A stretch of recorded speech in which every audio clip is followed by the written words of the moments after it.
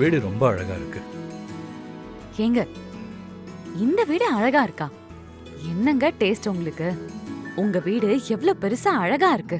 அத கம்பேர் பண்ணும்போது இதெல்லாம் ஒண்ணுமே இல்ல. வீட்டோட அழகு எவ்வளவு பெருசா இருக்குங்கிறதுல இல்ல, சின்னதா இருந்தாலும் அதுல ஒரு உயிரோட்டம் இருக்கணும். அங்கதான் சந்தோஷமும் அன்பும் அதிகமா இருக்கும். ம். அங்கிள், இந்த வீடு நாங்க சின்ன வயசுல வாழ்ந்த ஃபீலை கொடுக்குது. சின்ன வீடா இருந்தாலும் சந்தோஷம் நிறைய இருக்கும். இல்ல வருண்?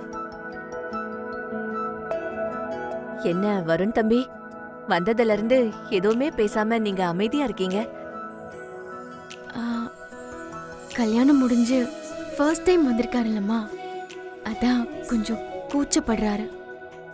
எதுக்கு தம்பி கூச்சம்? இது உங்க வீடு. இந்த வீட்ல உங்களுக்கு எல்லா உரிமையும் இருக்கு.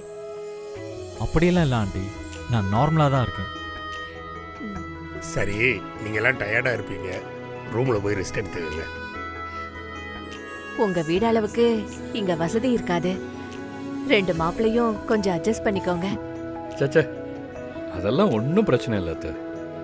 இதே வீட்டில் தானே வெண்ணிலாவும் வான்மதியும் வளர்ந்தாங்க. அப்புறம் எங்களுக்கு என்ன? அடாடாடாடாடா, மாமனார் மாமியார் மனசு கஷ்டப்படக்கூடாதுன்னு பெரிய மாப்பிள்ள எம்மா அன்பா பேசுறாரு பாத்தியா? மாப்பிள்ளனா இப்படிதான் இருக்கணும்.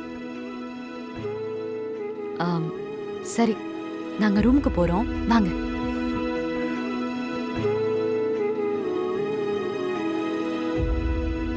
மாப்பிள்ள, நீங்க என் ரூம் எடுத்துக்கங்க மாப்பிள்ள. ஆ சரிங்க மாமா. வாங்க.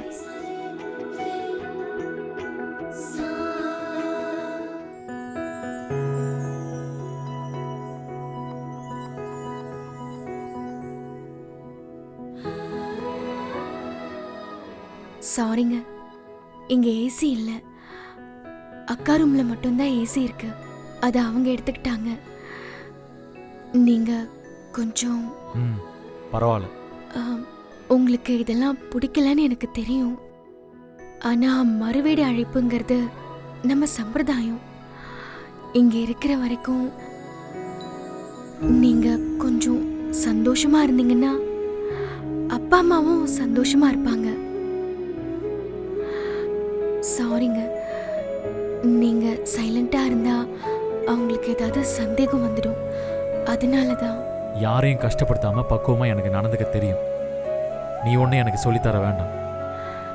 சரிங்க, நீங்க இருங்க, நான் உங்களுக்கு குடிக்கிறதுக்கு ஏதாவது எடுத்துட்டு வரேன்.